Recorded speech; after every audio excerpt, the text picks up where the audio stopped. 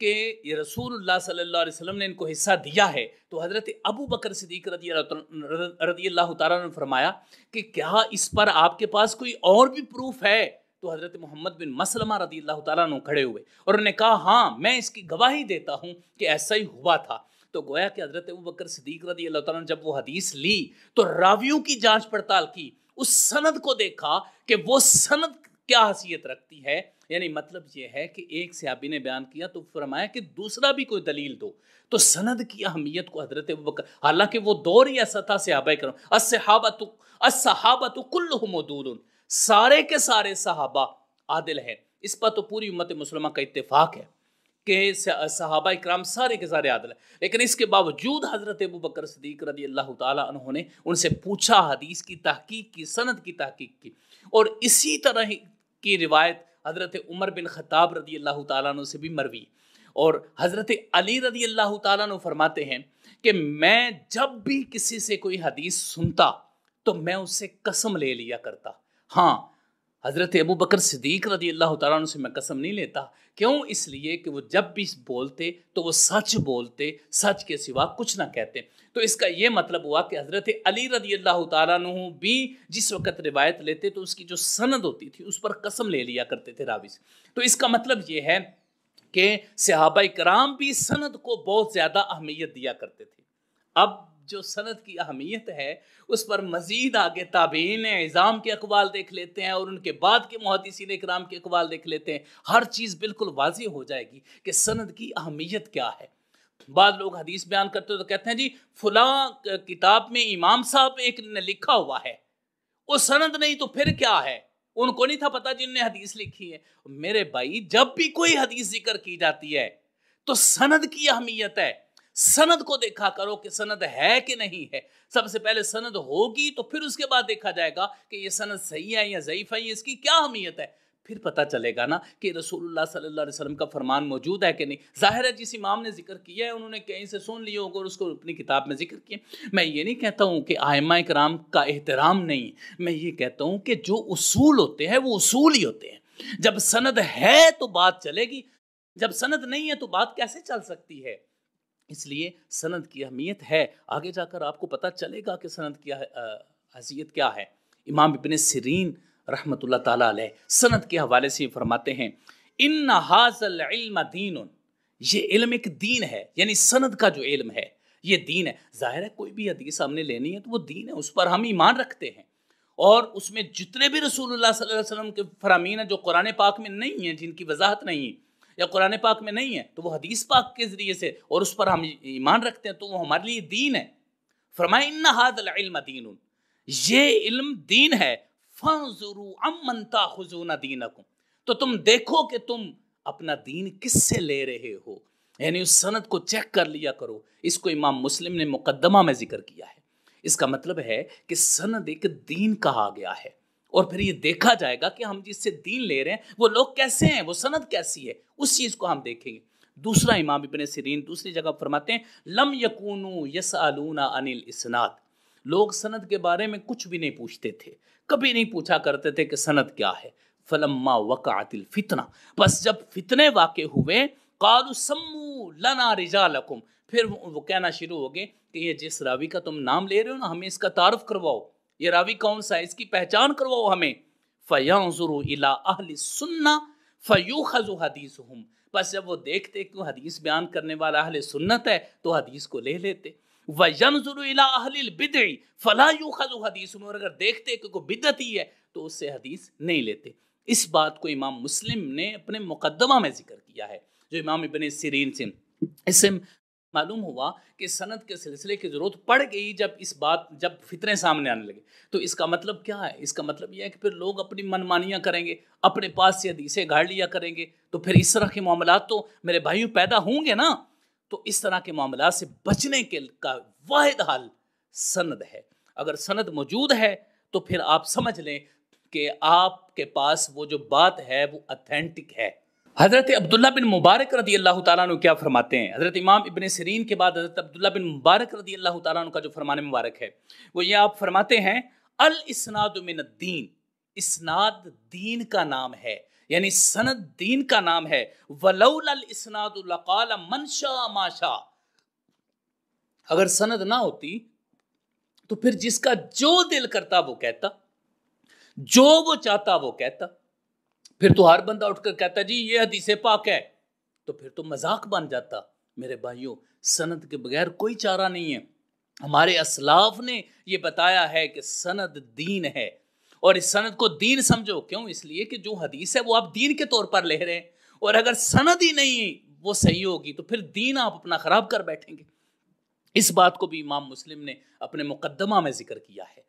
اس کے بعد آ جاتا ہے جی حضرت سعد بن ابراہیم کا فرمان. حضرت سعد بن ابراہیم کیا فرماتے ہیں؟ آپ فرماتے ہیں لا یحدث الرسول اللہ صلی اللہ علیہ وسلم الا الثقات. فرماتے ہیں کہ رسول اللہ صلی اللہ علیہ وسلم سے صرف ثقہ راوی جو ہیں وہ بیان کرتے ہیں. یعنی مطلب یہ ہے کہ جو ثقہ راوی ہیں انہی کی حدیث قبول ہوگی، اور جو نہیں ہے ان کی نہیں ہوگی. یعنی مطلب یہ ہے کہ سند کی حیثیت ہے، اور اس سند کے مطابق رسول اللہ صلی اللہ علیہ وسلم کا فرمان مبارک جو ہے وہ قبول کیا جائے گا. یہ حیثیت ہے سند کی. تو اب اگر ایک بندہ بولے چھوڑے جی سند کو، دیکھیں فلاں کتاب میں موجود ہے، تو اس طرح کوئی بھی حدیث قابل قبول نہیں ہوگی. اس کو بھی امام مسلم نے صحیح مسلم کے مقدمہ میں بیان کیا ہے. اس کے بعد حضرت سفیان ثوری رحمۃ اللہ تعالیٰ علیہ کا قول ملاحظہ کیجئے کہ حضرت سفیان ثوری سند کی اہمیت بیان کرتے ہوئے کیا فرماتے ہیں؟ آپ فرماتے ہیں الاسناد سلاح المؤمن. فرمایا اسناد مومن کا اسلحہ ہے.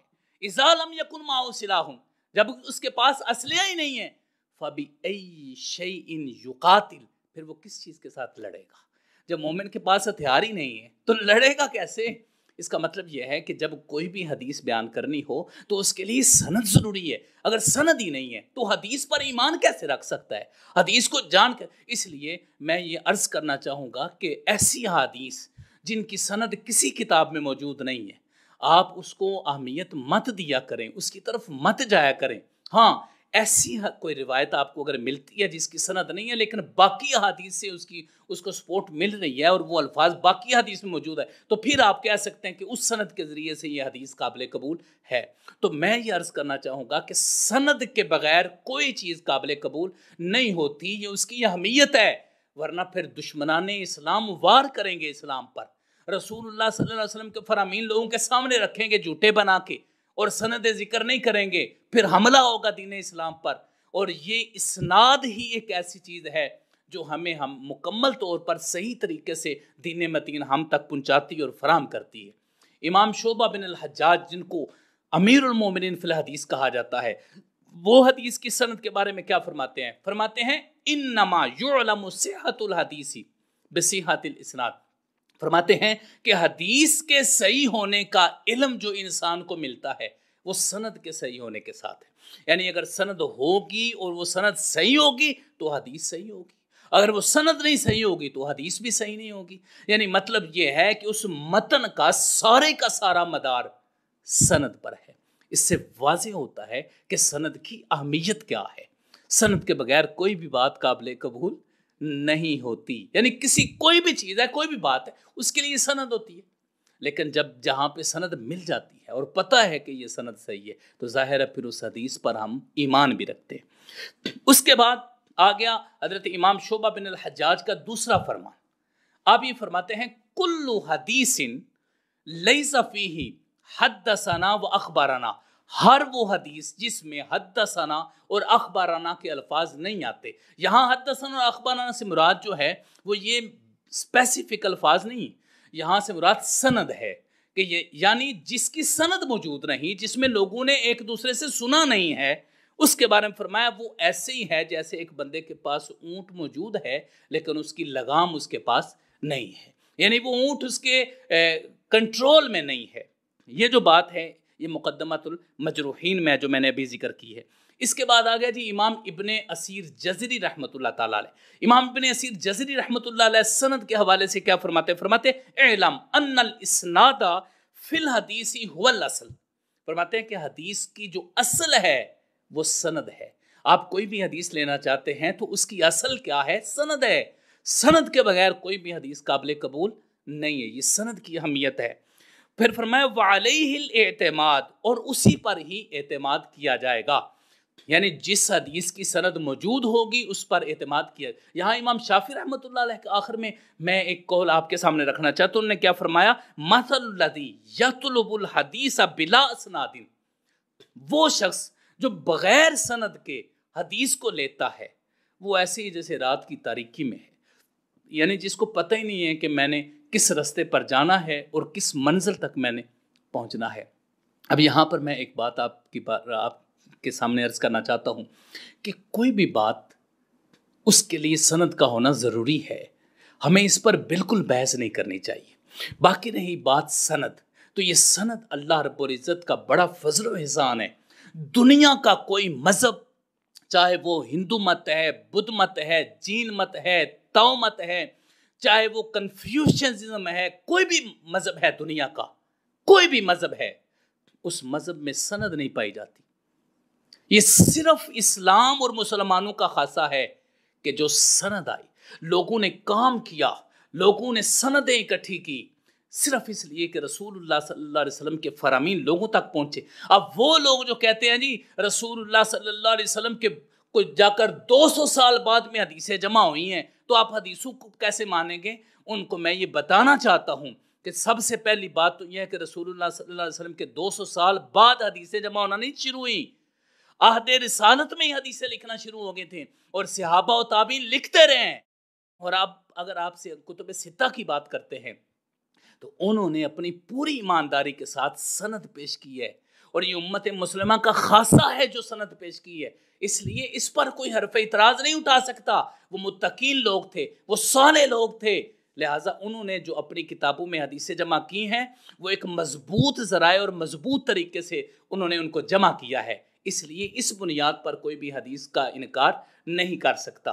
تو اس سارے بیان میں آج ہم نے یہ سمجھا کہ سند کی اہمیت کیا ہے، قرآن کریم، حدیث مبارکہ، صحابہ اکرام کے عمل اور تابعین اور محدثین اکرام کے اقوال سے ہم نے یہ سمجھا کہ سند کے بغیر کوئی چارہ نہیں ہے۔ سند دین ہے، کیوں؟ اس لیے کہ حدیث دین ہے، اور حدیث کی جو اصل بنیاد ہے وہ سند پر ہے، سند کو دیکھ کر ہم اس حدیث کو لیتے ہیں۔ اللہ رب العزت کی بارگاہ میں دعا ہے اللہ ہمیں سند کا علم بھی عطا فرمائے اور سند کے ذریعے سے اصل دین کو سمجھنے کی توفیق عطا فرمائے، آمین یا رب العالمین۔ وصلی اللہ علی حبیبی سیدنا محمد و آلہ وصحبہ اجمعین۔